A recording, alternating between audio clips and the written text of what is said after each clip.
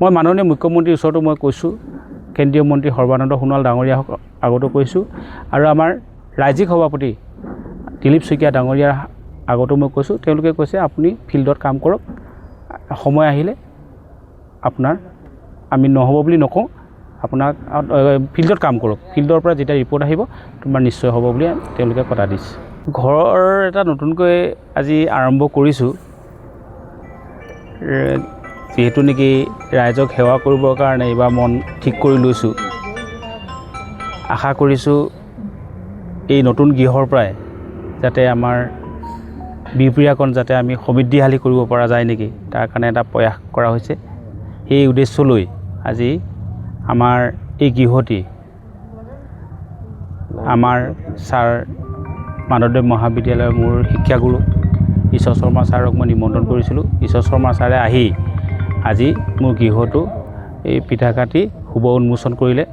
মই ছাৰলৈ প্ৰথমতে মই ধন্যবাদ জনাইছোঁ।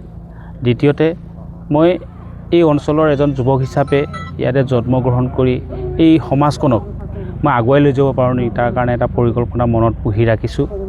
আশা কৰিছোঁ আগন্তুক দিনত মই এই সমষ্টিৰ ৰাইজক মই সেৱা কৰিবৰ কাৰণে সুবিধা পাম বুলি মই আশা কৰিছোঁ। কাৰণ এই অঞ্চলত বহুত মানুহ আহিলে, বহুত মানুহ গ'ল, কিন্তু সমষ্টিও হৈ থাকিলে, সেইকাৰণে মনত দুখ এটাও আছে।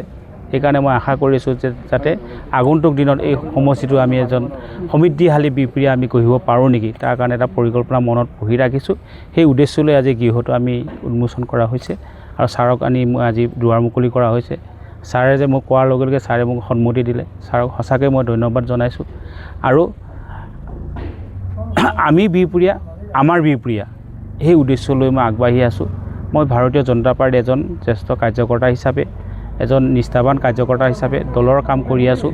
বিভিন্ন সময়ত দলৰ বিভিন্ন সাংগঠনিক কামত মই দায়িত্বত গ্ৰহণ কৰিছিলোঁ আৰু আশা কৰিছোঁ যাতে মই দলৰ শীৰ্ষ নেতৃত্বক মই জনাইছোঁ, শীৰ্ষ নেতৃত্বৰ ওচৰত কৈছোঁ, স্থানীয় নেতৃত্বৰ ওচৰত কৈছোঁ যে আগন্তুক যি নিৰ্বাচন হ'ব 2026 চনত, সেই নিৰ্বাচনত যাতে মোক প্ৰাৰ্থিত্ব দিবৰ কাৰণে মই মোৰ মনৰ কথাখিনি দলৰ নেতৃত্বক কৈছোঁ।